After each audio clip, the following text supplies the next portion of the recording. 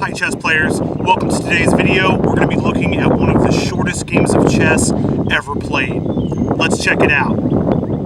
The game we're going to be looking at today was played in the year 1892 in Germany, and it was played by Hartlaub and Rosenbaum. Hartlaub is playing with the light pieces and Rosenbaum with the black pieces, and without further ado, white starts off playing pawn to e4, controlling the center, preparing to develop, and black responds with pawn to e5, and we've got a king's pawn opening. Both players are taking their share of the center and preparing to develop.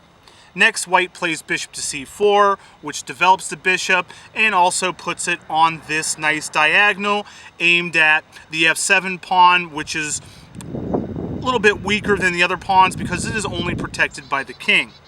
Next, black plays knight to c6, developing that piece, and white moves knight to f3, developing the knight, putting a little bit of pressure on the e5 pawn, and most likely preparing to castle, but we're not going to see that in this game. Next up, black makes a mistake, and they push pawn to f6.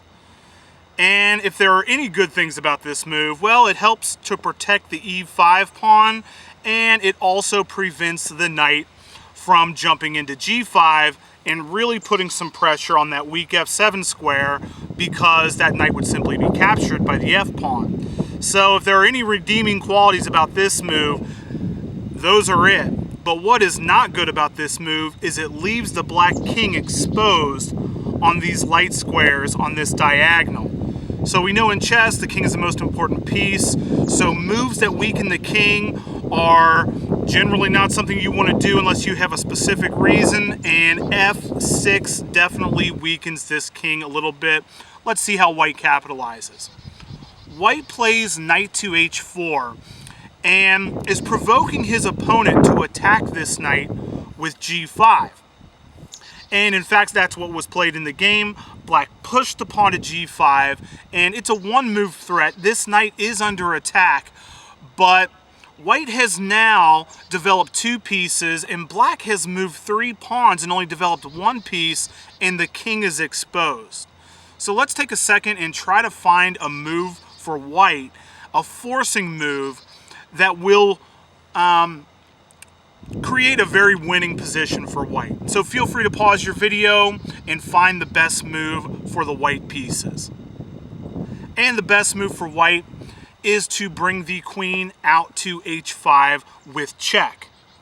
And notice how these pawns, when they moved, they created holes and weaknesses, and white has capitalized on this by putting the king in check with the queen.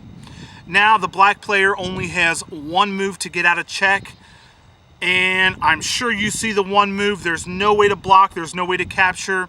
The only way for black to get out of the check is to move the king up, and now white has a checkmate in one move. So it happened very quickly.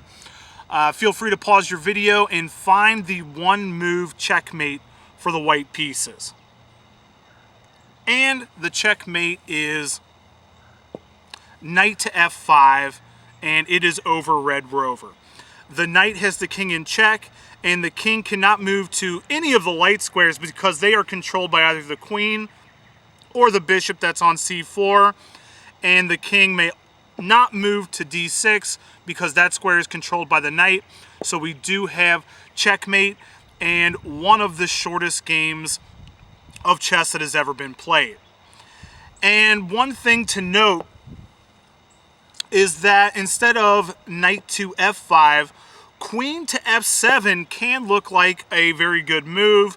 The queen has the king in check and is protected by the bishop, but this is not as precise as knight to f5 because this king does have a square to move to get out of check. Still looks very scary for black, but a little bit more precise. Instead of queen f7 is the finishing touch of knight to f5.